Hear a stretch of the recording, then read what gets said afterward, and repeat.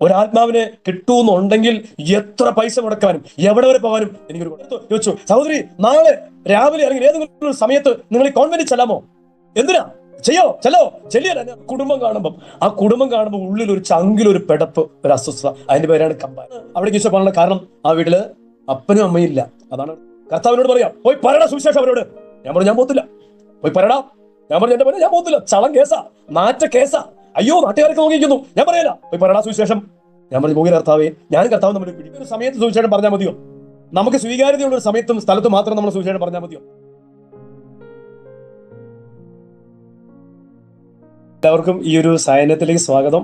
ഒപ്പം തന്നെ ഒരു ഈശോയുടെ സ്നേഹത്തിലും കൃപയിലും പൊതിഞ്ഞ ഒരു സ്നേഹ അഭിവാദനം എല്ലാവരും അറിയിക്കുകയാണ്. നന്മമരം എന്ന് പറയുന്നത് വളരെ ആവേശത്തിലും അഭിഷേകത്തിലും മുന്നോട്ട് നീങ്ങുന്നത് ഒരു കാഴ്ച ഞാൻ കാണുന്നുണ്ട്.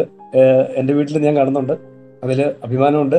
നിങ്ങളെല്ലാവരെയും അഭിനന്ദിക്കാനും അതിൽ പ്രോത്സാഹിപ്പിക്കാനൊക്കെ ഞാൻ ഈ ഒരു അവസരം ഉപയോഗിക്കാം. നമുക്ക് എല്ലാവർക്കും സുഖമാണെന്ന് വിചാരിക്കുന്നു. സുഖമല്ലേ? ആണോ എല്ലാവർക്കും? ആകാശത്തിന്റെ കാർമേഘമൊക്കെ ഒന്ന് മാറി സൂര്യൻ ചിരിക്കാൻ തുടങ്ങി അല്ലേ? സൂര്യന്റെ ചിരിയൊക്കെ നമുക്കൊന്ന് അനുഭവിക്കാൻ പറ്റി ഇന്ന് പ്രഭാതത്തിൽ അല്ലേ? അവിടെ തന്നെ എല്ലാവരും നല്ലൊരു സന്തോഷത്തിലാണെന്ന് ഞാൻ വിചാരിക്കുന്നു. ഓക്കെ, നമുക്ക് നമ്മുടെ വചന ശുശ്രൂഷയിലേക്ക് കിടക്കാം. നമുക്കിന്ന് ഒരു പരിചിന്തയ്ക്ക് വേണ്ടി കർത്താവ് ഏൽപ്പിച്ചിട്ടുള്ള ഒരു വചനം എന്ന് പറയുന്നത് തിമോത്തിയോസിന് രണ്ടാമത്തെ പൗലോസ്ലീഹ തിമോത്തിയോസിന് എഴുതിയ ലേഖനത്തിന് രണ്ടാമത്തെ ലേഖനത്തിന്റെ അതിന്റെ 4-ാം അധ്യായത്തിന്റെ 2-ാമത്തെ വചനമാണ്. ഒത്തിരി സുപരിചിതമായ ഒരു വാക്കാണ്. ആ വാക്ക് ഞാൻ പ്രാർത്ഥിച്ചപ്പോൾ കർത്താവ് എനിക്ക് സ്നേഹപൂർവ്വം തന്നൊരു വചനം കൂടിയാണത്. അതിലൊരു വാക്ക് നമുക്ക് എടുക്കാം. 2-3 വാചകങ്ങൾ അതിൻ്റെ അകത്ത് വരുന്നുണ്ട്. അതിൻ്റെ ഒരു വാക്ക് നമുക്ക് എടുക്കാമെന്ന് ഞാൻ വിചാരിക്കുന്നു. അതിൽ പ്രധാനമായും നമ്മൾ എടുക്കുന്ന വാക്ക് ഇതാണ്. തിമോത്തിയോസിനോട് പൗലോസ് പറഞ്ഞു കൊടുക്കുകയാണ്, സാഹചര്യം അനുകൂലമാണെങ്കിലും പ്രതികൂലമാണെങ്കിലും നീ വചനം പ്രഘോഷിക്കാം. ഈ ഒരു വാക്ക് പറയുന്നതിന് തൊട്ടു മുമ്പുള്ള കുറെ അധ്യായങ്ങളിൽ, പ്രത്യേകിച്ച് 2-ാമത്തെ അധ്യായത്തിന്റെ ആരംഭത്തിലൊക്കെ ഈ തിമോത്തിയോസിനെ പൗലോസ് ഇങ്ങനെ പറഞ്ഞു ഒരുക്കുന്നതാണ്. എന്റെ മകനെ, നീ യേശുക്രിസ്തുവിന്റെ കൃപാവരത്തിൽ നിന്നും ശക്തി സ്വീകരിക്കുക. എന്നിൽ നിന്നും നീ കേട്ട കാര്യങ്ങൾ മറ്റുള്ളവരെ കൂടി അറിയിക്കാൻ പ്രാപ്തിയുള്ള അനേകർക്ക് പറഞ്ഞു കൊടുക്കുക. ഇനി മനോഹരമായ ഒരു ഫോർമേഷനാണ്, ശരിക്കും നല്ലൊരു ട്രെയിനിങ് ആണ് ശരിക്കും പൗലോസ് തിമോത്തിയോസിന് കൊടുക്കുന്നത്. ഇനി രസകരമായിട്ടുള്ള കുറെ കാര്യങ്ങളൊക്കെയാണ് പറയുന്നത്. സൈനിക സേവനത്തിൽ ഏർപ്പെട്ടിരിക്കുന്ന വ്യക്തി തന്നെ സൈന്യത്തിൽ ചേർത്ത ആളുടെ ഇഷ്ടം നിറവേറ്റുന്നതിനാൽ മറ്റു കാര്യങ്ങളിൽ തലയിടാറില്ല. അതുപോലെ തന്നെ നിയമാനുസരണം മത്സരിക്കുന്ന ഒരു കായിക അഭ്യാസിക്കാണ് സമ്മാനം ലഭിക്കുക. എന്നിട്ട് പറയുകയാണ്, നീ യേശുക്രിസ്തുവിനെ നല്ല പടയാളിയെ പോലെ കഷ്ടപ്പാടുകൾ സഹിക്കുക. ഇന്നെല്ലാം പറഞ്ഞിങ്ങനെ ഒരുക്കി കൊണ്ടുവരികയാണ്. ഇങ്ങനെ പറഞ്ഞ് ഒരുക്കിക്കൊണ്ട് വന്നിട്ട് അതിന് 4-ാമത്തെ അധ്യായത്തിലേക്ക് എത്തുമ്പോൾ പൗലോസ് വളരെ സ്നേഹത്തോടുകൂടി പറയുകയാണ്. ഒറ്റ കാര്യം വളരെ തർപ്പിച്ചും വളരെ കൃത്യമായും പറഞ്ഞ് ബോധ്യപ്പെടുത്തുകയാണ്. ഇങ്ങനെയാണ് പറയുന്നത്, നീ സാഹചര്യം അനുകൂലമാണെങ്കിലും പ്രതികൂലമാണെങ്കിലും നീ എന്ത് ചെയ്യാം? വചനം പ്രഘോഷിക്കാം. മനോഹരമായൊരു പ്രബോധനമാണ് ശരിക്കും പറഞ്ഞാൽ. പ്രിയപ്പെട്ടവരെ, ഒരു പക്ഷേ നമ്മള് വിശുദ്ധ മർക്കോസിന്റെ സുവിശേഷം അതിന്റെ 16-ാം അധ്യായത്തിന്റെ 15-ാമത്തെ വചനത്തിൽ ഈശോ പറഞ്ഞൊരു അവസാനത്തെ വാക്ക്, ഈശോ ഏറ്റവും അവസാനമായി പറഞ്ഞൊരു വാക്കുകൾ ആകട്ടാണ് ബൈബിൾ സ്കോളേഴ്സ് പരിഗണിക്കുന്നത്. ഇതാണ്, നിങ്ങൾ ലോകമെങ്ങും പോയി സകല സൃഷ്ടികളോടും സുവിശേഷം പ്രസംഗിക്കുക. ഇതാണ് മാർക്കോസിന്റെ സുവിശേഷം 16-15 ഈശോ തന്റെ അവസാനത്തെ വാക്കായിട്ട് എല്ലാവരെയും പ്രബോധിപ്പിക്കുന്നത്. എന്ന് പറഞ്ഞാൽ ഈശോയുടെ ഏറ്റവും വലിയൊരു ആഗ്രഹം അതാണ്. ലോകത്തിലേക്ക് ഈശോ വന്നത് എന്തിനാന്ന് ചോദിച്ചാൽ ഒന്നിനു വേണ്ടിയിട്ടല്ല, മറ്റൊന്നിനു വേണ്ടിയിട്ടല്ല. ഈശോ വന്നത് സുവിശേഷം അറിയിക്കാനാണ്. നല്ല വിശേഷം. എന്താണ് നല്ല വിശേഷം? നല്ല വിശേഷം എന്ന് ചോദിച്ചാൽ ദൈവം മനുഷ്യനെ സ്നേഹിക്കുന്നു. മനുഷ്യന്റെ അവസ്ഥ ഏതായിരുന്നാലും ദൈവത്തിന് സ്നേഹിക്കാൻ മാത്രമേ അറിയത്തുള്ളൂ. ദൈവം സ്നേഹവാനായ ഒരു അപ്പനാണ്. നമ്മളെല്ലാവരും സ്നേഹിക്കുന്നു. ഒരു പരിധിയിൽ പറയുകയാണെങ്കിൽ മനുഷ്യൻ കേൾക്കേണ്ട സുവിശേഷം ഇതാണ്, നല്ല വിശേഷം ഇതാണ്. ദൈവം സ്നേഹിക്കുന്നു. സ്നേഹിക്കപ്പെടുക എന്നുള്ള എല്ലാവർക്കും ആഗ്രഹമുള്ള കാര്യമാണ്.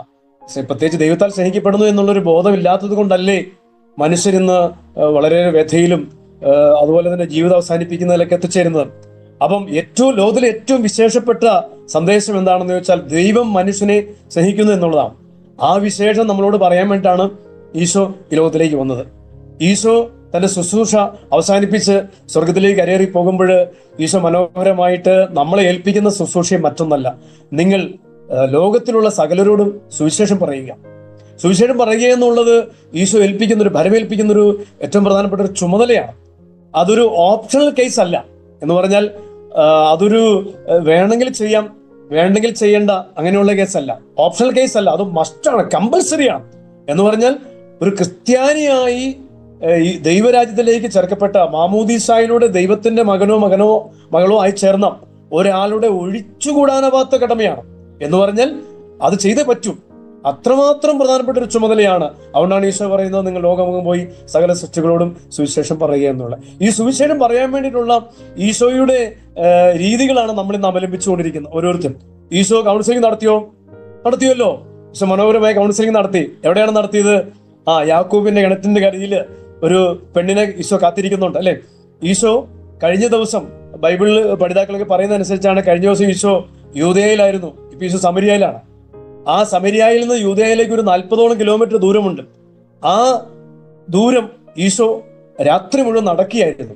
ഈശോ തന്നെയാണ് നടക്കുന്നതെങ്കിൽ വന്നെങ്കിൽ അത്ഭുതകരമായിട്ട് ഈശോ അവിടെ വന്നു ഇറങ്ങിയെന്ന് പറയാം. എന്നാൽ ഈശോയുടെ കൂടെ 12 അപ്പസ്തോലന്മാരുണ്ട്. അപ്പോൾ അവർ അത്ഭുതകരമായിട്ട് വന്നിറങ്ങിയല്ല, രാത്രി വന്ന് നടക്കുകയായിരുന്നു.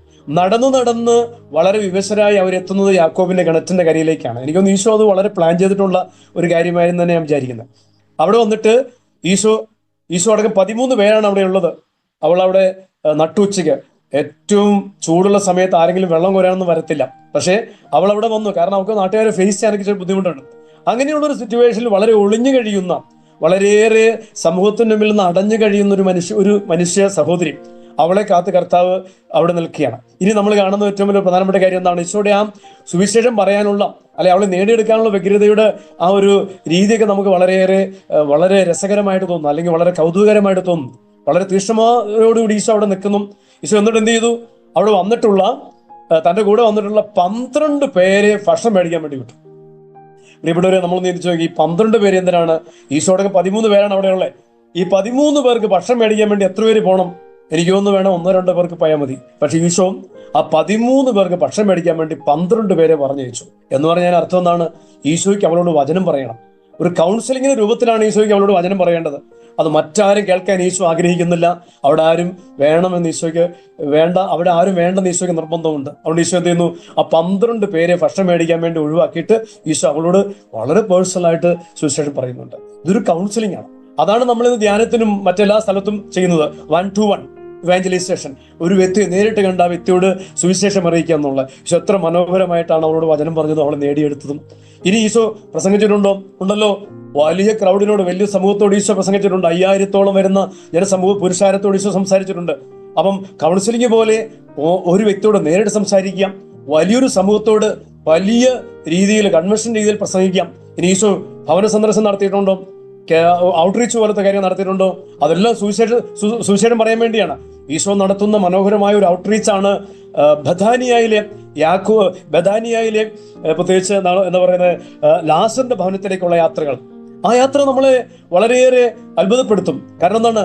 ഈശോ കൂടെ ആ ഭവനത്തിൽ പോകുമായിരുന്നു. അതൊരു സുവിശേഷത്തിന് വേണ്ടിയുള്ള ഒരു ടൂളായിട്ട് ഈശോ ആ കുടുംബത്തെ ഉപയോഗിക്കുന്നുണ്ട്. എന്താണ് അവിടേക്ക് ഈശോ പോകാനുള്ള കാരണം? ആ വീട്ടില് അപ്പനും അമ്മയും ഇല്ല. അതാണ് അവിടുത്തെ പ്രശ്നം. അവിടെ 3 മക്കൾ മാത്രമേ ഉള്ളൂ. ആ വീട്ടിൽ അപ്പന്റെ അമ്മയുടെ ഒരു കുറവുണ്ട്. പ്രിയപ്പെട്ടവരെ, അത് വലിയൊരു കുറവാണ്. നമുക്കറിഞ്ഞൂടെ?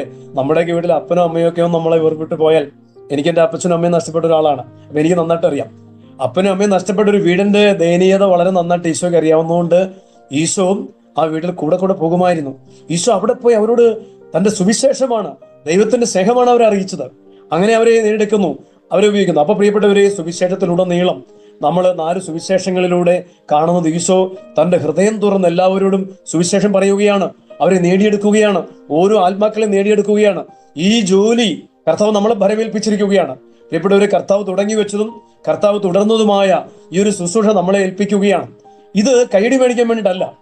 ഇത് എന്തിനു വേണ്ടിയാണ് ചെയ്യേണ്ടത്? ദൈവരാജ്യത്തിലേക്ക് ദൈവത്തിന്റെ മകനും മകളുമായി ഒരാളെ വീണ്ടെടുക്കാനുള്ള ഏകമാർഗം സുവിശേഷം എന്നുള്ളതാണ്. ലോകത്തെ വെളിച്ചവൽക്കരിക്കുക, പ്രകാശപൂർണമാക്കുക എന്നുള്ള ഒരേ ഒരു ജോലി പ്രിയപ്പെട്ടവരെ സുവിശേഷം കൊണ്ട് മാത്രമേ പറ്റത്തുള്ളൂ. കാരണം ദൈവം പ്രകാശമാണ്, ദൈവത്തിന്റെ വചനത്തിൽ പ്രകാശമുണ്ട്. അതാ പറഞ്ഞ്, ഞാൻ നിങ്ങളോട് സംസാരിച്ച വചനം നിമിത്തം നിങ്ങൾ ശുദ്ധിയുള്ളവരായിരിക്കുന്നു.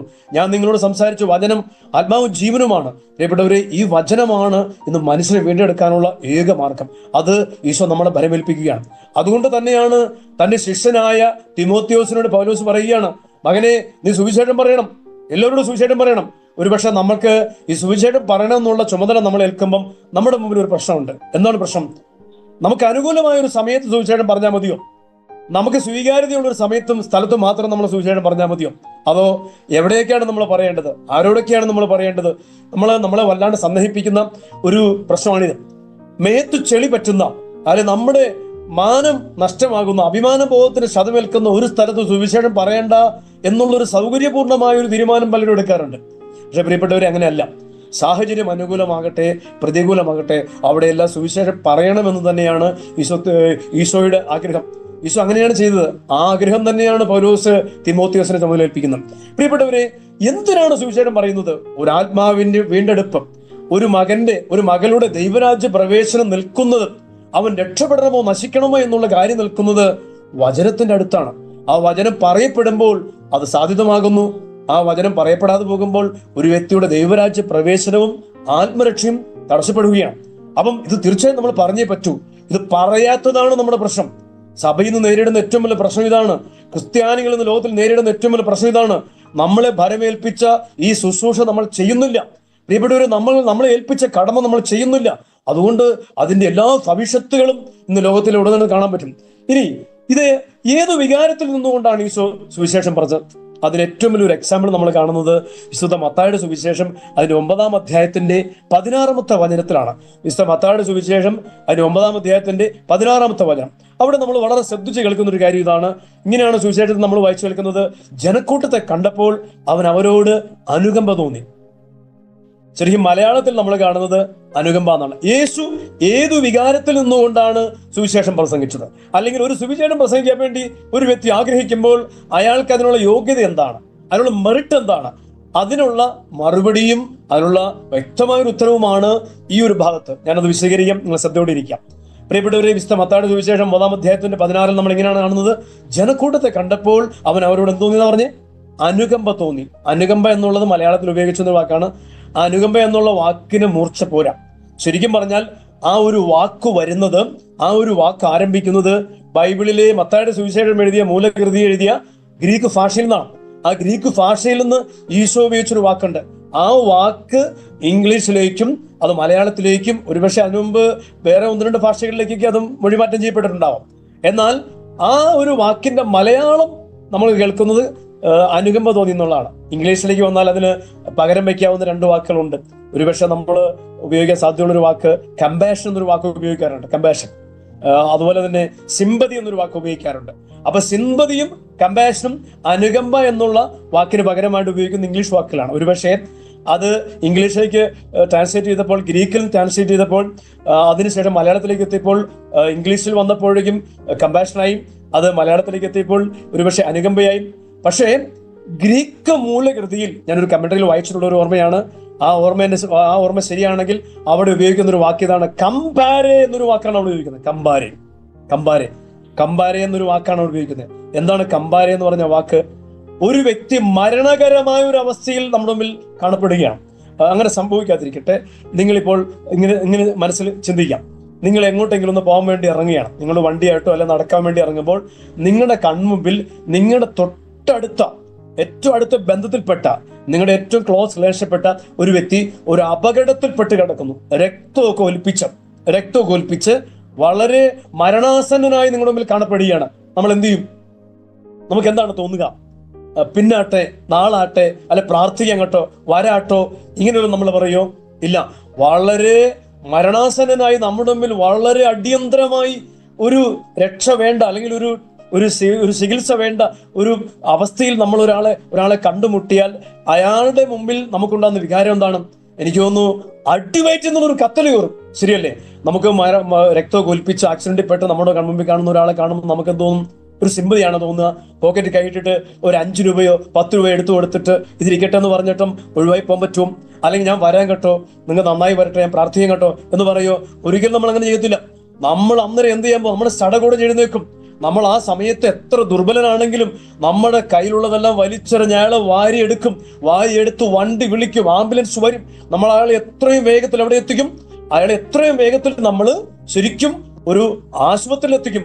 അടിയന്തരമായ ഒരു ചികിത്സ കിട്ടുന്ന ഒരു സ്ഥലത്ത് നമ്മളെ അയാളെ എത്തിക്കും. ശരിക്കും കമ്പാരെ എന്ന് പറയുന്ന വാക്ക് നിൽക്കുന്ന ഒരു സിമ്പതിയിലല്ല.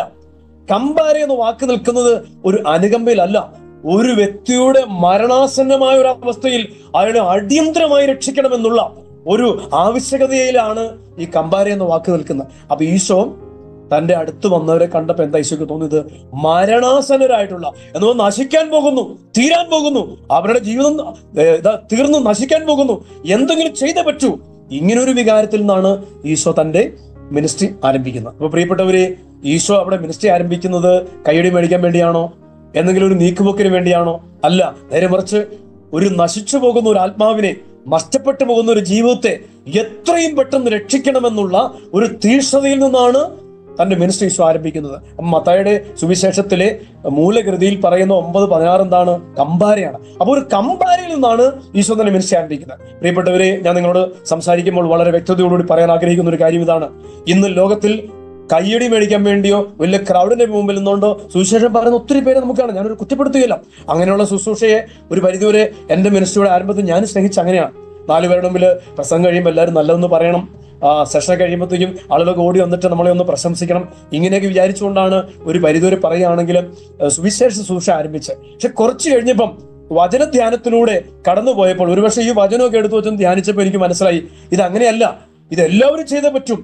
ഒരു മനുഷ്യന്റെ ജീവിതം നശിക്കണമോ രക്ഷപ്പെടണമോ എന്നുള്ള ഒരു കാര്യം ഇവിടെ വളരെ സൂക്ഷ്മതയോടെ നിൽക്കുകയാണ്. അവിടെ എന്റെ ഒരു കടമയിൽ നിൽക്കുകയാണ്, രക്ഷപ്പെടണോ വേണ്ടയോ. ഇവിടെ അടിയന്തരമായ രക്ഷപ്പെടുത്തിയേ പറ്റൂ.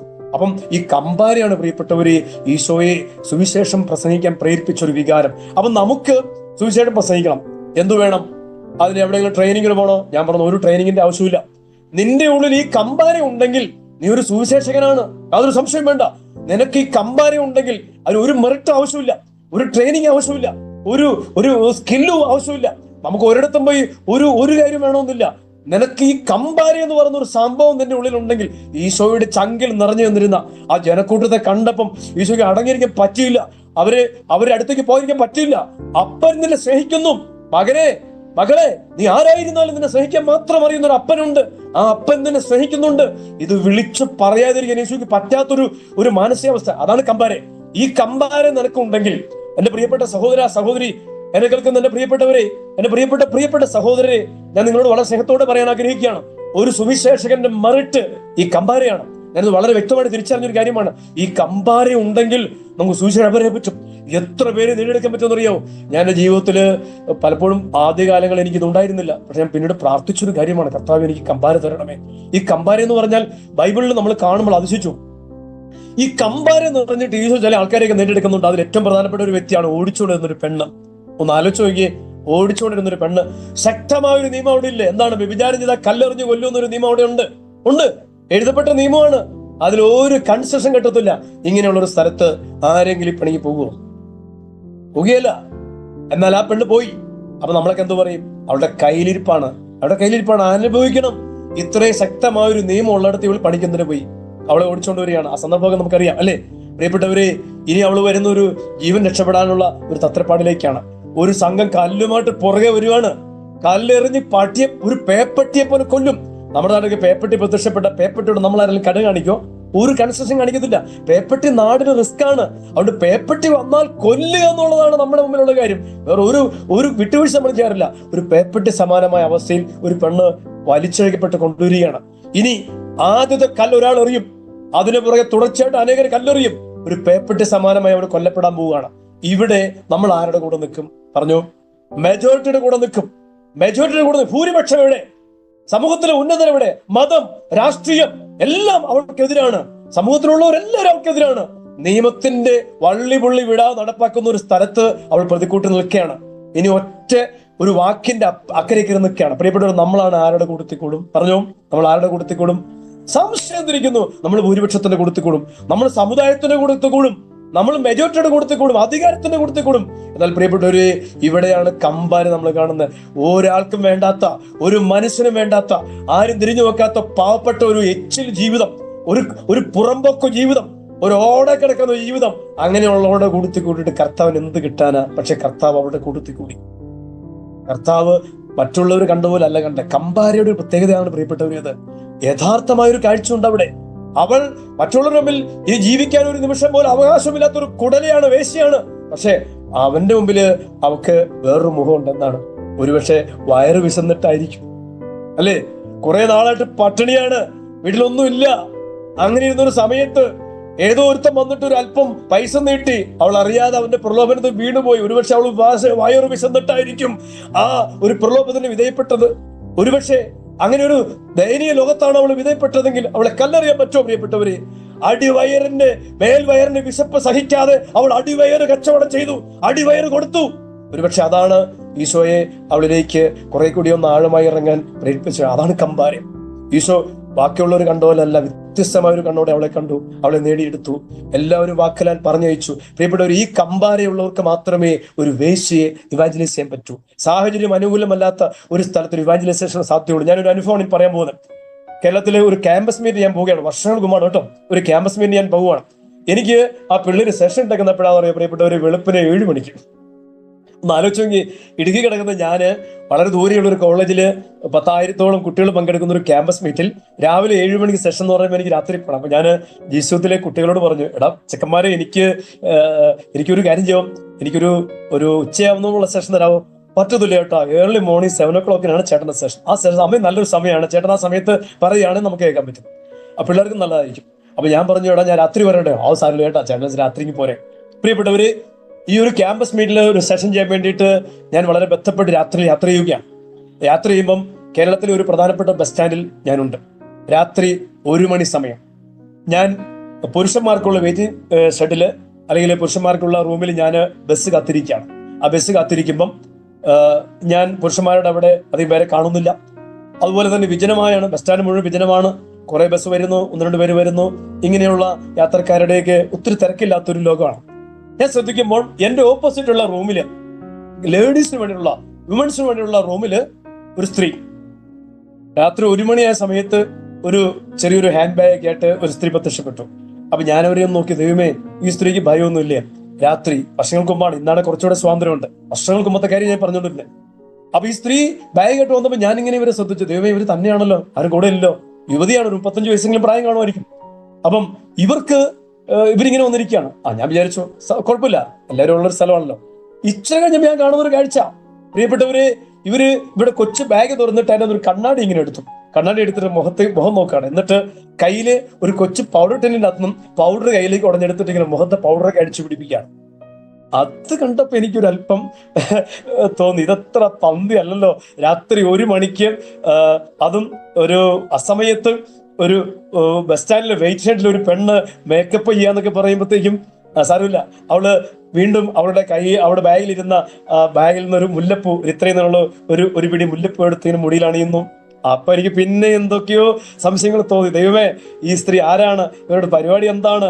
രാത്രി അസമയത്ത് ഈ മുല്ലപ്പൂ ഇടുന്നു, പൗഡർ അടിക്കുന്നു, ഇതൊക്കെ എന്താണ്? ഞാൻ ശ്രദ്ധിക്കാൻ പോയില്ല. ഓക്കെ, ഞാനിവിടെ ഇരുന്നു. ഞാൻ എൻ്റെ നാളെ രാവിലത്തെ സെഷനെ കുറിച്ചൊക്കെ ഇങ്ങനെ ചിന്തിച്ചുകൊണ്ടിരിക്കുകയാണ്. പെട്ടെന്ന് അവിടെ ഒരു നാടകീയ രംഗം അരങ്ങേറുകയാണ്.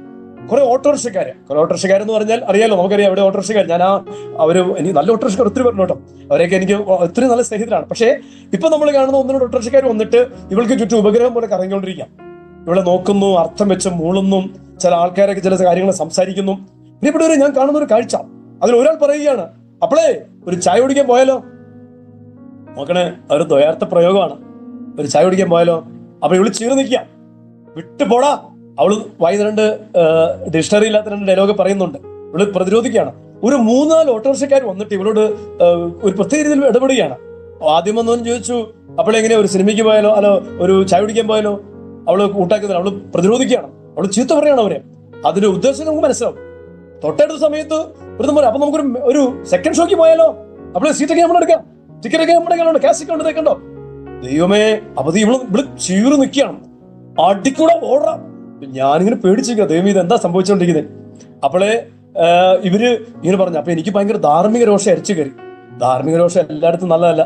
എനിക്ക് അവന്മാരോട് 2 പറയണമെന്നൊക്കെ തോന്നി. പക്ഷെ ഈ പ്രതികൂലമായ സമയത്ത് ധാർമ്മിക രോഷവും നല്ലതല്ല. ഓട്ടോറിക്ഷക്കാരുടെ കയ്യിൽ നല്ല ഇടിയെക്കുറിച്ച് ഓർത്തപ്പോൾ അതിൽ ധാർമ്മിക രോഷം ഉയർന്നു വന്ന ധാർമ്മിക രോഷം അതേപോലെ താന്നു. ഞാൻ പിന്നെ ഇങ്ങനെ മിഴിച്ചിരിക്കുകയാണ്. കുറച്ച് കഴിഞ്ഞത് ഒരുത്തം വന്നിട്ട് ഈ സ്ത്രീയോട് ഫേസ് ടു ഫേസ് ഒന്നിട്ട് പറയാ, പറയടി, നിന്റെ റേറ്റ് എത്രയാടി, പറയടി. ദൈവമേ, ഒരു സ്ത്രീയോട്, അതും നമ്മുടെ ഇതുപോലെ സ്വാതന്ത്ര്യമുള്ള ഒരു രാജ്യത്ത് ഒരു സ്ത്രീയോട് വന്നിട്ട് ഒരുത്തം വന്നിട്ട് വയ്ക്കുക, നിന്റെ റേറ്റ് എത്രയാടി, പറയടി, കാശുണ്ടടി. അപ്പോൾ അവർ ചെരുപ്പി ഊരിട്ട് പറയോ, ആട്ടിക്കൂടാ. അപ്പോഴേ അവള് ചോദിക്കും, അപ്പൊ നിനക്കിപ്പൊ ഞങ്ങളെ ഒന്നും വേണ്ടായോ? വിഐപികളുടെ കൂടെ മാത്രമേ ഉള്ളൂ നീ? എടി, ഈ നാട്ടിൽ കൂടെ നീ കുറെ നാൾ നടന്നിട്ടുള്ളതാ, ഞങ്ങളെയൊക്കെ നിനക്ക് അറിയാൻ മേലെന്നാണോ? അപ്പൊ നീ വിഐപികളുമായിട്ട് മാത്രമേ പരിപാടിയുള്ളോ? അപ്പത്തേനും ഇവള് നേരത്തെ ചവിട്ടുന്നു, ചെരുപ്പൂരുന്നു, ഭയങ്കര ഒരു ഞാനിങ്ങനെ വിളിച്ചിരിക്കുകയാണ്. കഴിഞ്ഞത് ഇവളുടെ അടുത്ത് ഇവന്മാർ എന്തൊക്കെയോ ഉദ്ദേശിച്ച് വന്നാണ് കാര്യങ്ങൾ നടക്കുകയെന്ന് മനസ്സിലായത്. ഇവന്മാര് നേരെ 2 ഡയലോഗ് പറഞ്ഞിട്ട് പോയി, കാണിച്ചു തരാടി, നീ ഞങ്ങളുടെ സാമ്രാജ്യത്തിൽ വന്നിട്ട് ഞങ്ങളെ മൈൻഡ് ചെയ്യാൻ നീ ബിസിനസ് നടത്തുവോ, കാണിച്ചു തരാം എന്ന് പറഞ്ഞ് ഇവന്മാർ ഒറ്റപ്പോക്ക്. ഞാനിങ്ങനെ വിളിച്ചിരിക്കുന്നു, എന്നാ ഇവിടെ സംഭവിക്കാൻ പോകുന്ന അറിയാതെ ഞാൻ ഇങ്ങനെ ചിന്തിക്കുക. ഞാൻ വിചാരിച്ചു ഇനി ഇവന്മാർ പോയി കുറെ ആൾക്കാരെ വിളിച്ചോണ്ട് വരുമോ, ഇനി എന്തൊക്കെയാണോ സംഭവിക്കുന്നത്, ഇവിടെ ആക്രമിക്കുകയോ, ഇവിടെ ബലമായിട്ട് പിടിച്ചോണ്ട് പോവോ, എന്തൊക്കെയോ ഞാനിങ്ങനെ ചിന്തിച്ചോണ്ടിരിക്കുകയാണ്. പ്രിയപ്പെട്ടവരെ, ഒരു 5 മിനിറ്റ് കഴിഞ്ഞു, ഒരു പോലീസ് ജീപ്പ്, വളരെ വേഗത്തിൽ പോലീസ് ജീപ്പ് വന്ന് ചവിട്ടി അങ്ങ് നിർത്തി. എന്നിട്ട് ആ പോലീസ് ജീപ്പിന്റെ അകത്ത് ഒരു എസ് ഐ ഇങ്ങോട്ട് ചാടിയിറങ്ങി. കൂടെ ഒരു കോൺസ്റ്റബിളും ഉണ്ട്, 1-2 കോൺസ്റ്റബിൾമാരും ഉണ്ട്. പ്രിയപ്പെട്ടവരെ, ഞാൻ നോക്കുമ്പോൾ കാണുന്ന കാഴ്ച, ആരോഗ്യമുള്ള ആ എസ് ഐ ആ പെണ്ണിനെ അവളുടെ ഡ്രസ്സിന് പിടിച്ച് അങ്ങോട്ട് പൊക്കിയിട്ടു. എന്നിട്ട് ഈ വടി കൊണ്ട് അയാളുടെ കയ്യിലിരുന്ന ചൂരില അയാള് ഈ പോലീസ് ജീപ്പിന്റെ മുകളിൽ തിരികെ വെച്ചിരുന്ന ചൂരിനെ ഇങ്ങോട്ട് വലിച്ചൂരി എടുത്തിട്ട് പൊതിരെ തല്ലാണ്. തല്ലെന്ന് പറഞ്ഞ പോലെ പ്രിയപ്പെട്ടവര്, അതുപോലെ തല്ലാണ്. അവള് കൈകൊണ്ട് തടയുന്നുണ്ട്. സാറേ, എന്നെ തല്ലല്ലേ, എന്നെ കൊല്ലല്ലേ, ഞാൻ എവിടെയാണ് പൊക്കോളെ സാറേ, എന്നെ ഉപദ്രവിക്കരുത്. അതൊന്നും കേൾക്കാതെ ഇയാൾ ഒരു 5 മിനിറ്റ് നേരത്തേക്കാടെ ഉള്ള ആരോഗ്യം എടുത്ത് ഈ സ്ത്രീ ആ ചൂരിലുകൊണ്ടൊരു പ്രയോഗം, ഒരു അടിക്കുന്നത് ഇതിലേ പോകും. ഞാൻ കൊമ്പത് ഈ മുഖത്ത് വിരളു വണ്ണത്തിലാണ് ആ അടിയുടെ പാടിങ്ങനെ തടിച്ചിരിക്കുന്നത്. അവരുടെ കയ്യിൽ നിന്ന് കണ്ണാടിയും ജീപ്പും ബാഗും എല്ലാം ചെതിരെ തെറിച്ചു പോയി, മുല്ലപ്പൂവൊക്കെ തെറിച്ചു. അവിടെ സാരിയൊക്കെ അഴിഞ്ഞ് അലങ്കോലപ്പെട്ട് നിലത്ത് കിടക്കുകയാണ്. ആ എസ് ഐ നിലത്ത് 2 ചവിട്ടിയോട്ട് പറയാം, ഇതെന്റെ പോലീസ് സ്റ്റേഷൻ പരിധിയാണ്, ഈ പരിധിക്കകത്ത് നീ കയറി ഒരു കച്ചവടം നടത്തുന്നു നിനക്ക് തോന്നുന്നുണ്ടോ?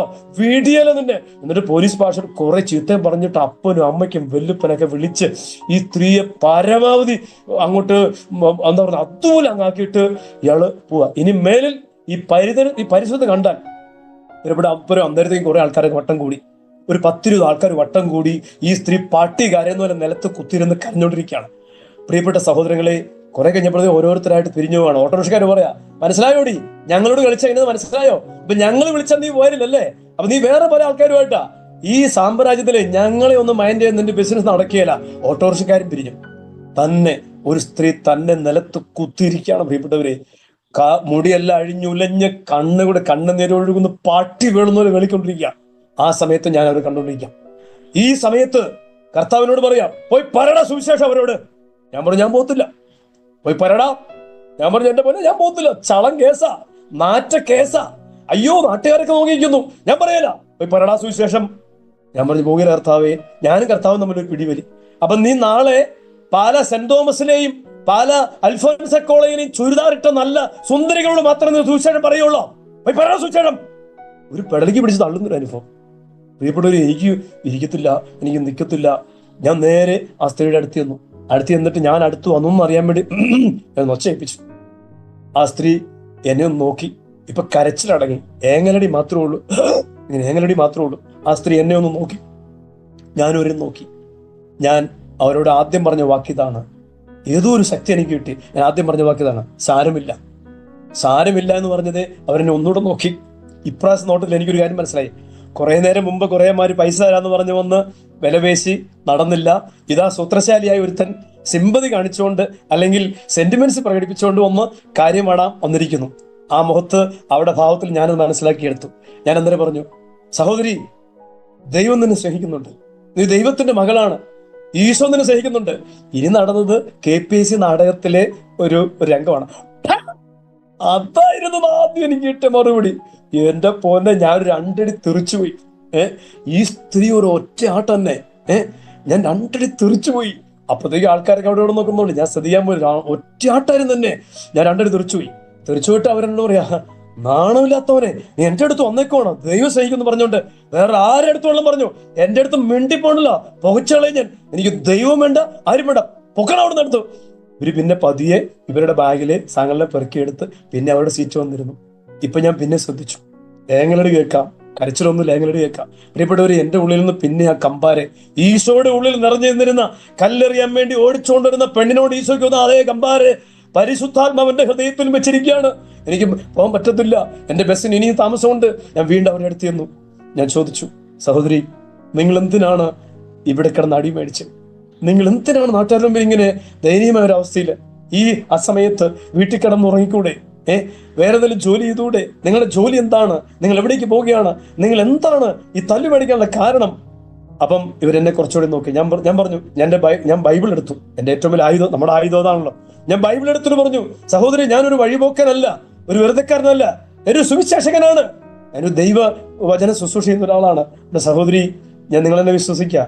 നിങ്ങൾ എന്തിനാണ് ഇങ്ങനെ ഓടിയ? എനിക്കുണ്ട് 4-5 പെങ്ങന്മാരും, പോലെ ഒരാളെ പോലെ ഞാൻ കാണുകയാണ്. നിങ്ങൾ എന്തിനാണ് ഈ അടി മേടിച്ചത്? എന്ത് അടി കിട്ടി? എന്ത് ധൈര്യമാണ്? ഈ നാട്ടിൽ കൂടെ എന്തോരം സ്ത്രീകളുണ്ട്, അത് അപ്പുറം ഇരിക്കുന്ന 1-2 സ്ത്രീകൾ, അവരൊന്നും അടി മേടിച്ചില്ല, നിങ്ങൾ മാത്രം അടി മേടിച്ചു. എന്താ അടി മേടിക്കാൻ മാത്രം ഇങ്ങനെ ഒരു ലോകത്ത് നിങ്ങൾ പെട്ടത് എന്താണ്? പ്രിയപ്പെട്ടവരെ, അവർ പയ്യെ സംസാരിക്കാൻ തുടങ്ങി. ഞാൻ അവരുടെ സമീപത്ത് ഇച്ചിരി ദൂരെയായിട്ട് ഇരുന്നു. അവരോട് സംസാരിക്കാൻ തുടങ്ങി. ഞാൻ ഒരു ദൈവം നിന്നെ സ്നേഹിക്കുന്നു. അവൾ എന്നോട് പറഞ്ഞു, ദൈവസ്നേഹം എന്നോട് പറയണ്ട, ദൈവസ്നേഹം എന്നോട് പറയണ്ട. പിന്നെ ഞാൻ ആവർത്തിച്ചു, സഹോദരി, നിങ്ങളെ ദൈവം സ്നേഹിക്കുന്നുണ്ട്. അപ്പൊ അവരെന്നോട് ചോദിച്ചൊരു ചോദ്യം ഉണ്ട് കേട്ടോ, സഹോദര, ഈശോ എന്നെ സ്നേഹിക്കൂ? ഞാൻ പറഞ്ഞു, നിങ്ങളെന്താ അങ്ങനെ ചോദിക്കാൻ കാരണം? ഞാൻ ഒത്തിരി പേരെ പഴിപ്പിച്ചിട്ടുണ്ട്, ഞാൻ ഒത്തിരി പേരെ തെറ്റിലേക്ക് വീഴ്ചിട്ടുണ്ട്, ഞാൻ ഒത്തിരി പേര് കുടുംബങ്ങൾ തകർത്തിട്ടുണ്ടാവാം, ഞാൻ ഒത്തിരി പേരുടെ ജീവിതത്തിൽ ദുശീലങ്ങൾക്ക് തുടക്കമിട്ട് കൊടുത്തിട്ടുണ്ടാവാം. എന്നെ പോലെ ഒരാൾ ഈശോ സ്നേഹിക്കൂ? ഞാൻ പറഞ്ഞു, തീർച്ചയായിട്ടും സഹോദരി, നിങ്ങൾ മനസ്സിലാക്കണം, ഈ ലോകത്തിൽ ഈശോ വന്നത് കുറെ നീതിമാന്മാരെയും കുറെ വിശുദ്ധന്മാരെയും തേടിയല്ല, പാപികളെ തേടിയാണ് ഈശോ വന്നത്. നിങ്ങളെ അല്ലാതെ പിന്നെ ആരെ സ്നേഹിക്കും? നിങ്ങളെ ആയിരിക്കും ഈശോയ്ക്ക് ഏറ്റവും കൂടുതൽ സ്നേഹം. ഞാൻ അവരോട് വചനം പറയാൻ തുടങ്ങിയത് അവരും എന്നോടൊപ്പം തുടങ്ങി. ഇവിടെ ഞാൻ ചോദിച്ചു, വീട് എവിടെയാണ്? ഇന്ന സ്ഥലത്താണ്. എന്താണ് നിങ്ങളുടെ ജോലി? അപ്പൊ അവരെന്നോട് പറയാ, സഹോദര, എന്റെ ജോലി വ്യഭിചാരം തന്നെയാണ്. അപ്പൊ പിന്നെ അവര് വിളിച്ചപ്പോ എന്താ പോകത്തെ? അവര് പറയാ, വേറെ കുറെ ആൾക്കാരോട് അഡ്വാൻസ് മേടിച്ചു പോയി, വേറെ കുറെ ആൾക്കാരോട് പൈസ മേടിച്ച് ചെല്ലാന്ന് ഉറപ്പ് പറഞ്ഞു. അപ്പൊ പിന്നെ ഇവര് വിളിക്കുമ്പോൾ പറ്റോ? അവരെന്നെ കാത്തിരിക്കല്ലേ? അവര് ഭക്ഷണവും മേടിച്ച് മുറിയെ കരം ചെയ്ത് എന്നെ കാത്തിരിക്കുകയാണ്. ഞാനവിടെ ചെന്നില്ലെങ്കിൽ വാക്കുപാലിച്ചില്ലെങ്കിൽ ഞാൻ അഡ്വാൻസ് മേടിച്ചു പോയില്ലേ? അപ്പൊ ഞാൻ മനസ്സോട് വിചാരിച്ചു, ദൈവമേ, ഇവർക്കിടയിൽ വാക്കുപാലിക്കുന്ന പരിപാടിയൊക്കെ ഉണ്ടല്ലോ. എന്തൊരു ലോകമാണ്. അപ്പൊ ഞാൻ ഇവരോട് ചോദിച്ചു, അപ്പം ശരി, ഓക്കെ, ഞാൻ സമ്മതിച്ചു. നിങ്ങൾക്ക് വേറെ ജോലിയൊന്നുമില്ലേ? അപ്പൊ അവരെന്നോട് പറയാണ്, നിങ്ങൾക്ക് എന്റെ ജീവിതം അറിയാമോ? ഞാൻ എനിക്ക് അറിയില്ല, നിങ്ങൾ പറഞ്ഞാലേ അറിയത്തുള്ളൂ, പറ. അവർ പറയാണ്, എനിക്ക് താഴെ 4 പേരുണ്ട്. ഓക്കെ, അപ്പനായിരുന്നു കുടുംബം നടത്തിക്കൊണ്ടിരുന്നത്. അപ്പൻ ക്ഷയം വന്ന് ചത്തുകൊണ്ട് പോയി. അപ്പം പോയതിനു ശേഷം പിന്നെ അമ്മ വലിയേറ്റെടുത്തു. അമ്മയ്ക്ക് രോഗമാണ്, അമ്മയുടെ വലിവും അതും ഇതും ഒക്കെ. അമ്മയുടെ ജീവിതം കഴിഞ്ഞപ്പം ഞാനതുകൊണ്ട് 15-16 വയസ്സുള്ള മുതൽ ഒരു പഠിത്തം പോലും നടത്താതെ ഒരു സാമാന്യ വിദ്യാഭ്യാസം കിട്ടി. ആ വിദ്യാഭ്യാസം കൊണ്ട് തൃപ്തിപ്പെട്ടിട്ട് എന്റെ സ്വപ്നങ്ങളെല്ലാം പണയം വെച്ചിട്ട് ഞാനും പുറത്തിറങ്ങിയതാ. വീട്ടുവേലയ്ക്കും കൂലിവേലയ്ക്കും ഇറങ്ങിയതാ. പ്രിയപ്പെട്ട സഹോദര, എല്ലാ ദിവസവും രാവിലെ എന്റെ മുമ്പിലേക്ക് ഒരു കൈ നീണ്ടുവരും. പുസ്തകം, കൊട, ചോറ്റുപാത്രം, ഫീസ്, ഡ്രസ്, ഞാൻ എന്തു ചെയ്യും? ഒരു 4 എണ്ണത്തിന് ചെലവിന് കൊടുക്കണം. വലിച്ചു കുറച്ച് കിടക്കുന്ന തള്ളയ്ക്ക് മരുന്ന് മേടിച്ചു കൊടുക്കണം. ഞാൻ എങ്ങനെ കൊടുക്കും? എനിക്ക് കിട്ടുന്ന കൂലി കൊണ്ട് തികയാതായി. ഞാൻ പല ബന്ധുക്കളെ സമീപിച്ചു, സ്വന്തക്കാരെ ചോദിച്ചു, സഹായിക്കാമോ? ഒരാളെ സഹായിക്കത്തില്ല. 1 നേരം 2 നേരം സഹായിക്കും. ക്ഷേമം ഞാൻ തീരുമാനിച്ചു, എല്ലാവരും നന്നാവട്ടെ, ഒരാളെങ്കിലും നശിച്ചേക്കാം. അങ്ങനെയാണ് ഞാൻ ഈ പണം തിരഞ്ഞെടുത്തത്. ആവുമായിട്ടല്ല സഹോദര, താല്പര്യം ഉണ്ടായിട്ടല്ല ഞാൻ ഈ പണം തിരഞ്ഞെടുത്തു. ഞാൻ ചോദിച്ചു, നിങ്ങൾക്ക് വേറെ പണിയൊന്നുമില്ലേ? ഇനി ഞങ്ങൾ തമ്മിലൊരു തർക്കമായി. തർക്കം എന്ന് പറഞ്ഞാൽ KPSCയുടെ നാടകം തന്നെ. നിങ്ങൾക്ക് വേറെ പണി, എന്തോരം പേര് വേറെ പണിയൊന്നും, നിങ്ങൾക്ക് ജോലി തരാൻ പറ്റുമോ? നിങ്ങൾക്ക് മാന്യമാര് ജോലി എനിക്ക് തരാൻ പറ്റുമോ? ഞാൻ ഈ പണി നിർത്താം, ഇന്ന് നിർത്തുമോ? ഇപ്പൊ ഞാൻ നിർത്തും. ഞങ്ങളെ ഭയങ്കര തർക്കം അങ്ങോട്ടും ഇങ്ങോട്ടും. പ്രിയപ്പെട്ടവരെ, ആ തർക്കത്തിനൊടുവിൽ ഞാൻ ചോദിച്ചു, ഇതല്ലാതെ വേറൊരു പണി നിങ്ങൾക്ക് തന്നാൽ നിങ്ങൾ ജോലി നിർത്തുമോ? നിങ്ങൾ വിചാരിക്കുന്നുണ്ടോ ഈ പണി എത്ര നല്ലതാണെന്ന്? സഹോദര, നിങ്ങൾ വിചാരിക്കുന്നുണ്ടോ ഈ പണി എത്ര നല്ലതാണെന്ന്? ഇനി അവര് ഇവിടെ കഥ പറയാണ്. ഓരോ പള്ളിയുടെ മുമ്പിൽ കൂടെ പോകുമ്പോ സഹോദര, എന്റെ ചങ്കുപിടയും. ഓരോ രാത്രി ഞാൻ ചെയ്തു കൂട്ടിയിട്ട് വരുന്ന ഓരോ കാര്യം ഓർക്കുമ്പോൾ ചങ്കുപിടയും. എന്റെ ഉള്ളിൽ ഒരു ആത്മാവുണ്ട്. ആ ആത്മാവ് തേങ്ങുന്ന ഒരു തേങ്ങല്, എന്റെ ഉള്ളിൽ എന്നെ ശല്യപ്പെടുന്ന ഒരു കുറ്റബോധത്തിന്റെ ഒരു ലോകമുണ്ട്. അവിടെ ഞാൻ എത്രമാത്രം വേദനിക്കുന്നൊക്കെ അറിയാവോ? അതല്ല ഇതിന്റെ പ്രശ്നം. സഹോദര, ഈ രാത്രിയിൽ ഒരു പെണ്ണ് ഒരു മുറിക്കകത്തേക്ക് ചെല്ലുകയാണ്. ഒരാളെന്ന് പറഞ്ഞ് വിളിച്ചിട്ട് ചെല്ലുമ്പോൾ മിക്കവാറും 5 പേര് കാണും, 6 പേര് കാണും. ഇവരുടെ ക്രൂര വിനോദങ്ങൾക്കെല്ലാം ഞാൻ ഇരയാകാറുണ്ട്. കണ്ടോ ഈ മുഖത്തെ പാട്? മിനിഞ്ഞാന്ന് കടിച്ചു പറിച്ചതാ. ഒരു മുറിക്കകത്ത് അകപ്പെട്ട എന്നെ കൂട്ടം ചേർന്ന് കൈകാര്യം ചെയ്തിട്ട് കണ്ടോ, അവരുടെ സാഡിസങ്ങൾക്കൊക്കെ ഞാൻ നിന്നു കൊടുത്തില്ല, പറ്റത്തില്ല. കണ്ടോ, ഇത് കടിച്ചു പറിച്ച ഇത്. എന്റെ പ്രിയപ്പെട്ട, സത്യം പറഞ്ഞ ഞാൻ കരഞ്ഞുപോയി. എന്റെ പ്രിയപ്പെട്ട സഹോദരങ്ങളെ, സത്യം പറഞ്ഞ ഞാനും അവിടെ കരഞ്ഞുപോയി. ഞാൻ ചോദിച്ചു, സഹോദരി, നിങ്ങൾക്കൊരു ധ്യാനം കൂടാൻ പറ്റുമോ? സഹോദര, ഞാൻ എന്നെ ധ്യാനത്തിന് വന്നിട്ട് എന്ത് കാര്യം? എന്നെ ദൈവത്തിന് ഇഷ്ടമാണ്. ഞാൻ പറഞ്ഞു, നിങ്ങളെ ദൈവത്തിന് ഇഷ്ടമാണ്, നിങ്ങളെ ഈശോയ്ക്ക് ഇഷ്ടമാണ്. ഞാൻ അന്നേരം മനസ്സിൽ ഇങ്ങനെ ചിന്തിച്ചുറക്കുകയാണ്, ദൈവമേ ഇവരോട് വചനം പറഞ്ഞാൽ മാത്രം വരെ ഇവർക്ക് എന്തെങ്കിലുമൊക്കെ ചെയ്ത് കൊടുക്കണമല്ലോ. പക്ഷെ പ്രിയപ്പെട്ടവർ, ഞാൻ ഒന്നുകൂടെ പേര് വെച്ചു. പേര് അവർ പറയില്ല, എങ്കിലും അവർ ബന്ധപ്പെട്ട് പേര് പറഞ്ഞു. നിങ്ങൾ വീട് എവിടെയാണ്? വീടിനെ കുറിച്ച് ചോദിച്ചപ്പോൾ വീട് അവര് പറയുകയാണ് ഇത് ഇന്ന സ്ഥലത്താണ്. വീട് പറഞ്ഞത് ഞാൻ ദൈവത്തിന് സ്തോത്രം പറഞ്ഞു. കാരണം എന്നെ ഏറ്റവും കൂടുതൽ സ്നേഹിക്കുന്ന ഒരു കന്യാസ്ത്രീയുടെ കോൺവെന്റിന്റെ തൊട്ടടുത്താണ് ഈ സ്ത്രീയുടെ വീട്. അപ്പൊ എനിക്കൊരു ആശ്വാസം, ഞാൻ സ്ത്രീ മുഖാന്തരം എങ്ങനെയും ഒരു സ്ത്രീ കാണാം. പക്ഷെ ഞാൻ രാത്രി പോവാണ്, എനിക്ക് സമയമായി, എന്റെ ബസ്സിന് സമയമായി. ദൈവമേ, ഇതാ വന്നിരിക്കുന്നു എന്റെ ബസ്. ഇനി എനിക്ക് അവരോടൊന്നും പറയാൻ സമയം കിട്ടിയിട്ടില്ല, ഒന്നുമില്ല. ഞാൻ പോകുന്ന നേരത്ത് ചോദിച്ചു, സഹോദരി നാളെ രാവിലെ അല്ലെങ്കിൽ ഏതെങ്കിലും ഒരു സമയത്ത് നിങ്ങൾ ഈ കോൺവെന്റിൽ ചെല്ലാമോ? എന്തിനാ? ചെല്ലോ ചെല്ലിയല്ല, എന്നെ ഇറക്കി വിടും, ചെല്ലോ. അത്രയും പറഞ്ഞ് എനിക്ക് സാവകാശം കിട്ടി. എന്റെ ബസ് കയറി. പിന്നെ എനിക്ക് ബസ്സില്ല, ഞാൻ കയറി. പ്രിയപ്പെട്ടവരെ, ആ പോയ രാത്രിയിലൊക്കെ എനിക്ക് സ്ത്രീ ആയിരുന്നു മുഖത്ത്. ഞാൻ രാവിലെ പ്രസംഗം എല്ലാം കഴിഞ്ഞ് പുറത്തിറങ്ങി. എനിക്ക് അന്ന് മൊബൈലുള്ള സമയമല്ല. ഞാൻ നേരെ കോൺവെന്റിലെ സിസ്റ്ററെ വിളിച്ചു, സിസ്റ്ററെ ആരെങ്കിലും സിസ്റ്ററെ അന്വേഷിച്ചോ? എന്തെങ്കിലും ഒരു കാര്യത്തിന് കോൺവെന്റിൽ ആരെങ്കിലും വന്നോ? Praise the Lord. പ്രിയപ്പെട്ടവരെ, അത്ഭവമല്ലേ?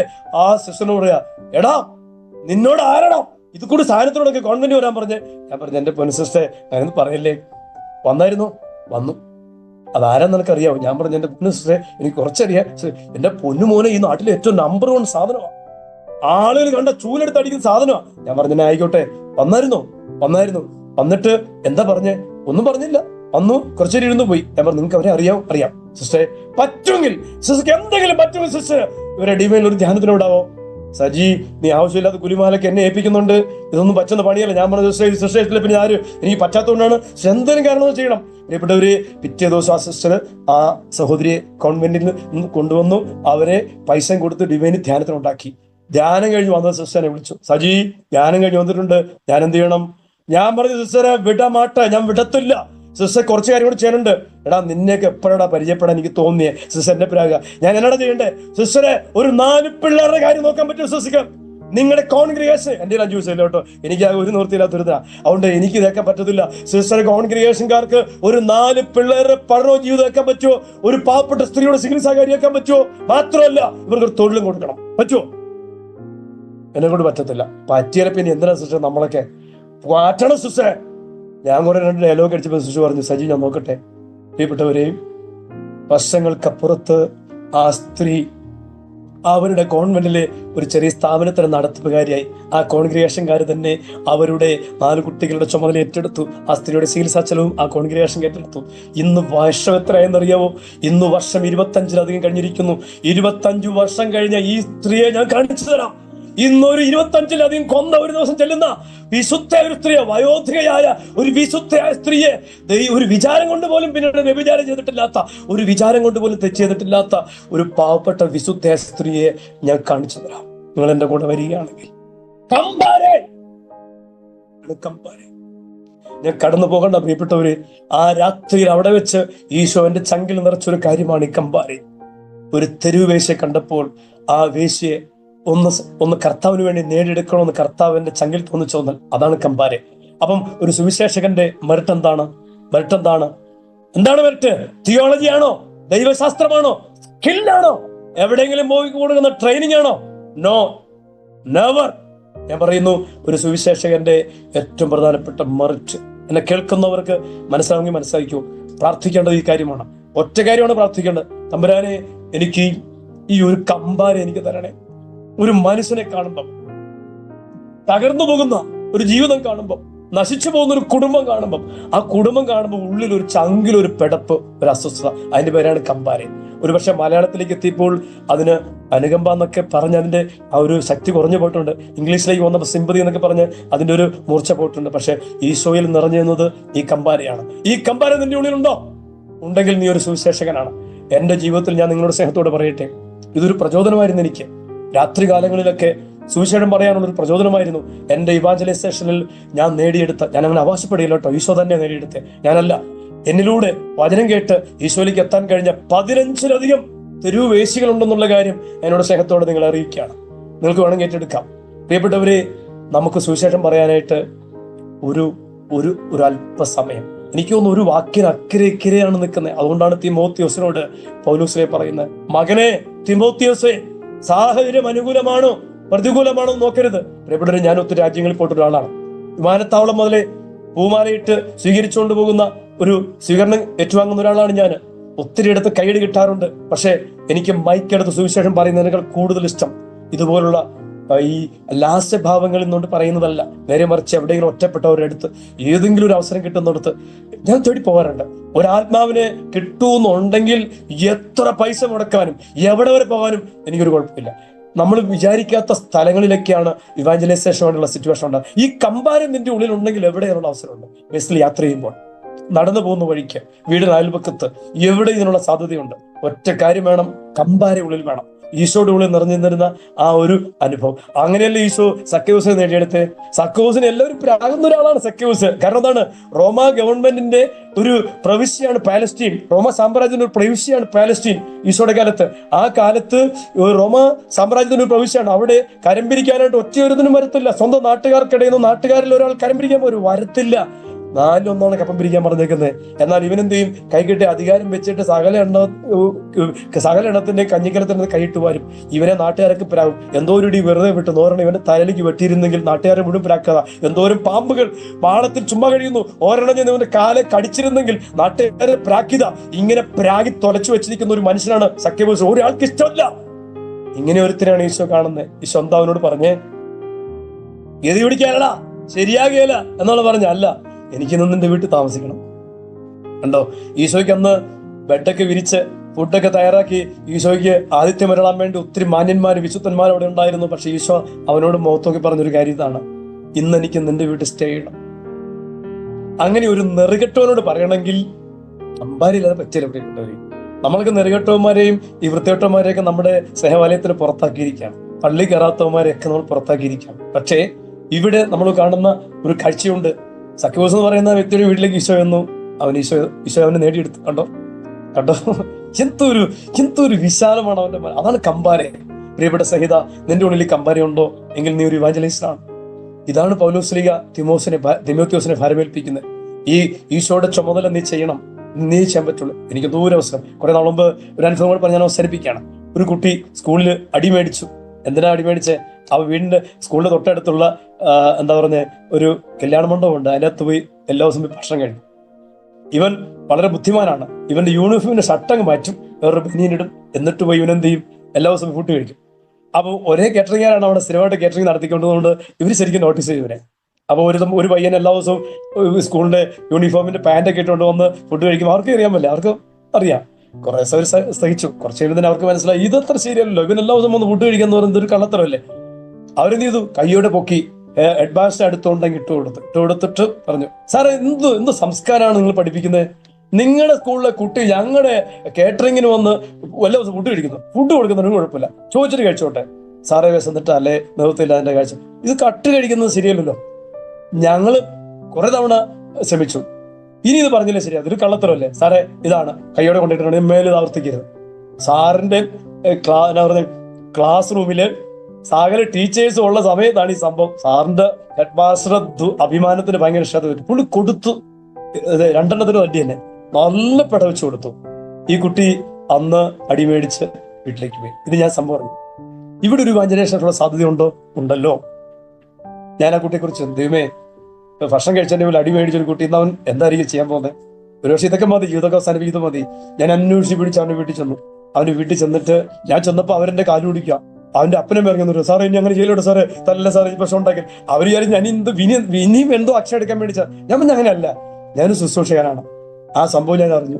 എനിക്ക് അവനെ ഒന്ന് കാണണം. അയ്യോ, അവൻ കിടക്കുക, അവൻ സ്കൂളിൽ പോയിട്ടില്ല. എന്നെ പറ്റി? ഭയങ്കര നാണക്കേടായി. ഞങ്ങളും കൊടുത്തിട്ടുണ്ടല്ലോ അവിടെ കിടക്കാം. അപ്പൊ ഞാൻ അവനെ എഴുന്നേൽപ്പിച്ചപ്പോൾ അവൻ ഭയങ്കര മനോവ്യാധിയിൽ കിടക്കാം. ചെന്നിട്ട് ചോദിച്ചു, മോനെ എന്നോടാ വിശേഷം? അങ്ങനെ വന്നിട്ടുണ്ടാ കൂട്ടുകൂടാനാ? അല്ല സാറേ, ഞാൻ അങ്ങനെ ചെയ്യത്തില്ല. ഇവൻ പിന്നെയും വിചാരിച്ചേക്കുന്നത് ഞാൻ ഇവനെ എന്തോ കുറ്റപ്പെടുത്താം. ഞാൻ പറഞ്ഞാടാ നിനക്ക് ഡ്രസ്സ് മാറാം, അവൻ്റെ കൂടെ വരാമോ? അവൻ പറഞ്ഞു ഞാൻ വരത്തില്ല സാർ. എന്തിനാ എന്നെ വിളിക്കുന്നത്? സാർ എന്നെ കളിയാക്കുവാണോ? എന്തിനാ? നീ കയറാം. ഞാൻ അവനെ എന്റെ സ്കൂളിന്റെ പുറകെ ഇരുത്തി ഒരു ഹോട്ടലിൽ കൊണ്ടുപോയി അവനൊരു ബിരിയാണിയും മേടിച്ചു കൊടുത്തു. ആ ബിരിയാണി എതിലെ പോയെന്ന് അറിയത്തില്ല. ഇനിയും വേണോ? ഇയൊന്നും വേണ്ട സാറേ, സാറിനെ കളിയാക്കണോ? കളിയാക്കൊന്നും അല്ലടാ. നിനക്കിനി ബിരിയാണി കഴിക്കണം തോന്നുമ്പം എന്നെ വിളിക്കണം കേട്ടോ. എന്റെ ഒത്തിരി പൈസ ഒന്നുമില്ല, എന്നാലും ഞാൻ ഇടയ്ക്ക് നമുക്ക് ഓരോ ബിരിയാണി കഴിക്കാം. ഇനി വല്ലതും വേണോ? ഒന്ന് പറഞ്ഞാൽ കൂടെ. ഒരു ബിരിയാണി അതിൽ പോയി കണ്ടില്ല. ഇവിടെ ഒരു കഴിച്ചു കഴിഞ്ഞപ്പോൾ ഞാൻ എന്നോട് ചോദിച്ചു, എടാ ഇപ്പൊ കഴിച്ചതും ആ ഹോളിൽ പോയിരുന്ന് കഴിക്കുന്ന തമ്മിൽ എന്തെങ്കിലും വ്യത്യാസമുണ്ടോ? അയ്യോ സാറ് അവിടെ ഭയങ്കര പേടിച്ചല്ല കഴിക്കുന്നത്, മരി പിടിക്കുമെന്ന് പേടിച്ചാ കഴിക്കുന്നത്. അപ്പം ഇവിടെയോ, ഇവിടെ സാറ് മേടിച്ചപ്പോൾ സ്വന്തമായിട്ട് കഴിക്കാം. എടാ നമ്മൾ ഇങ്ങനെയല്ല കഴിക്കട്ടെ, ഇങ്ങനെയല്ല കഴിക്കട്ടെ. മോനീശോ സ്നേഹിക്കുന്നില്ല കേട്ടോ, മോനീശോയുടെ കൊച്ചാണ്. എടാ ഞാൻ അങ്ങനെ കട്ടുപോയി തിന്നരുത്, അതൊരു നല്ല കാര്യമാണോ? മോനിനി എപ്പോ ബിരിയാണി കഴിക്കണമെങ്കിലും അങ്ങനെ വിളിക്കണം, ഞാൻ വരാം. നമുക്കൊന്ന് എല്ലാ ദിവസവും വിളിക്കൊന്നും വരാൻ പറ്റില്ലല്ലോ കേട്ടോ, വല്ലപ്പോഴൊക്കെ പോയി കഴിക്കാം. അതുകൊണ്ട് നീ വരണം, നമുക്ക് പോയി കഴിക്കണം. പ്രിയപ്പെട്ടവര്, അവനാകെ അങ്ങോട്ട് ഞാൻ പറഞ്ഞു, എടാ ഞാൻ കഴിക്കണത് എവിടെ ഒരു കേറ്ററിങ്ങിന് സഹായിക്കാൻ പോയിട്ട് കഴിക്കടാ, വരച്ച് കഴിച്ച മുമ്പല്ലേ 500 രൂപയ്ക്ക് കിട്ടുകയും ചെയ്യും. എന്തിനാണ് ഇത്? അപ്പൊ പറഞ്ഞു, ചേട്ടാ വീട്ടിലൊന്നും പച്ചരിയാ ചേട്ടാ, അല്ല ചാക്കരിയാ, ഒരു മുളക് ചമ്മന്തി, വീട് മൊത്തം കടവാ, ഒരു നല്ല ഫുഡും ഇല്ല അങ്കിള്. അതുകൊണ്ട് ഞാനിങ്ങനെ നല്ല ഭക്ഷണത്തിന് മണം കയറുമ്പോൾ എനിക്ക് കൊതി വന്ന് ഞാൻ പോയി കഴിച്ച. കണ്ടോ, സെയിം കേസാണ്. പ്രിയപ്പെട്ടവര്, ഞാൻ ഒരു 2 കിലോ ഇറച്ചിയൊക്കെ മേടിച്ച് അവന് വീട്ടിൽ കൊണ്ട് കൊടുത്ത് അല്ല അപ്പനോട് പറഞ്ഞു വല്ലപ്പോഴും ഇറച്ചിയൊക്കെ മേടിച്ച് കൊടുക്കുക, പിള്ളേർക്ക് കറി വെച്ച് കൊടുക്കട്ടെ. ഇന്ന് ആ കുഞ്ഞീശോയുടെ പൈതലാണ്. ഉണ്ടോ? ഇതാണ് ഇവാഞ്ചലൈസേഷൻ. ഒരാളെ കാണുമ്പം, ഒരു രംഗം കാണുമ്പം, നീ ഒരു ഇവാഞ്ചലൈസർ ആണ്, നീ ഒരു ഈശോയുടെ പൈതലാണെങ്കിൽ, നിന്റെ ഉള്ളിൽ കമ്പാര എന്ന് പറഞ്ഞൊരു സംഭവം ഉണ്ടെങ്കിൽ അവിടെ ഇവാഞ്ചലൈസേഷൻ ഉള്ള ഒരു സാധ്യതയുണ്ട്.